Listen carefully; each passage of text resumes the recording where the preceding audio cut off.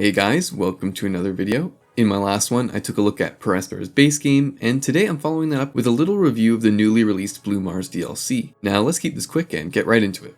So as the name implies, this DLC is focused on adding water-based structures to the game. The base game with the free Green Mars DLC suffered a problem where, as you started to terraform the planet, resources would be lost underwater as Mars's ocean level started to rise. This DLC gives players the opportunity to build offshore mines and outposts in order to access those sunken resource nodes and research sites. But in order to do this, you're going to need a way to access them. And of course, your drones can't swim.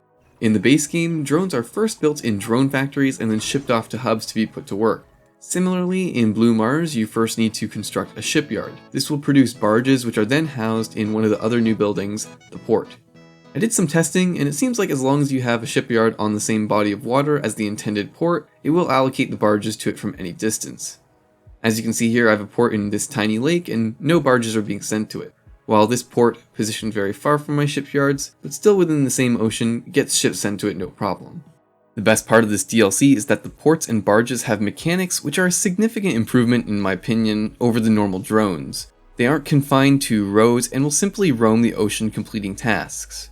They will cross the entire ocean to deliver supplies to a new facility you're building, no problem. The ports simply serve as a garage for the barges and the connection between the land and the sea. Any resource going to dry land has to go through the port and vice versa. But other than that, the barges don't have a need to stay centered on it.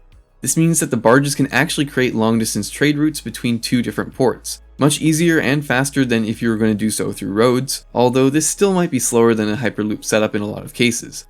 That being said, aquatic tech can be unlocked quicker than Hyperloops, so you could use this as an early transportation system between two distant bases separated by an early ocean. Another thing I like is that there can be 4 barges per port. In my review of the base game, this is pretty similar to how I thought that the drone hub should work, as 1 drone per hub is pretty restrictive. With 4 per port and the ability to free roam, it feels like the placement of my aquatic infrastructure is much more meaningful, rather than the random drone hub spam sometimes needed in the base game. The only other new building is a new food production building, the fishery. It seems like a decent alternative to the other farm that you might be using at this point in the game, the crater farm. It costs a little bit more to make, but costs less electricity to run and doesn't need water pumped to it like the crater farm. It's also more flexible as it can be placed anywhere on water, while the crater farm needs to be, of course, placed on a crater. And unfortunately, that is pretty much it for new buildings. All the other buildings that can be placed on water are essentially the same as their land counterparts, they just cost a little bit more to build and have been reskinned. The DLC is also backwards compatible with saves made before you get the DLC, and I didn't face any issue with converting mine over. That is a much appreciated feature, as needing to restart your save just to access some DLC like this would kind of suck. Not everything was smooth sailing though, as I did encounter a glitch multiple times when I was playing where my drone got stuck bouncing back and forth between this building and the port. I was able to fix it by turning off some buildings, but this could go unnoticed and cause a lot of lost efficiency for an area. So let's answer the big question. Is Blue Mars worth it? Well, I've played with the DLC for a few hours and the simple answer is no. The base game is perfectly beatable without having access to the extra resources, unless maybe you're playing on a really hard difficulty, and the DLC doesn't really add any super enticing mechanics.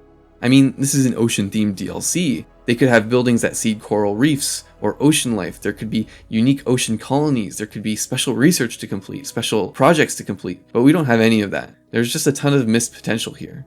Now, Blue Mars is only $5, which is still somewhat reasonable, so if you want to support the devs or you can get it on sale, go for it. It'll definitely improve your first playthrough. But this is essentially paying for a minor patch and some quality of life changes. It's not even worth starting a new playthrough to experience in my opinion.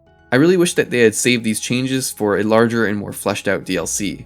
Honestly, it sucks saying this cause I wanted to like the base game and I ended up really not recommending it. And I wanted to like Blue Mars as well, but I also just don't feel like I can recommend it either. Well, that does it for this review. Thank you so much for watching, and if you enjoyed the video, leave a like, comment, or subscribe. And if you want to watch something else, click the video on the right to watch the original Per Aspera review, or on the video to the left for YouTube's recommendation.